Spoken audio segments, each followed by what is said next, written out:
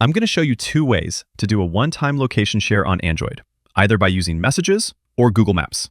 If you want to text someone your location, the easiest way to do this is directly within the Messages app.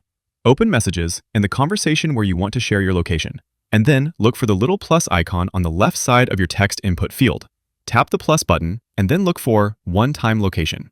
Messages will ask for permission to access your phone's location, and then identify the address for your current location. This is a static, one-time location share, and it does not track your real-time location.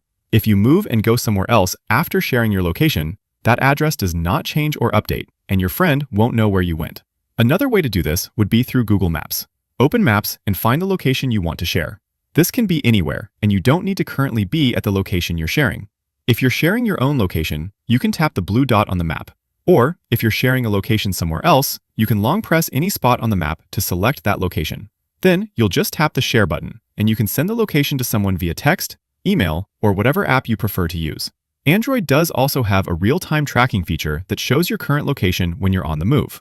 If that's what you want to do, I'll link a separate video in the description that shows how to do it. Thanks all, subscribe on the way out, and I'll see you next time.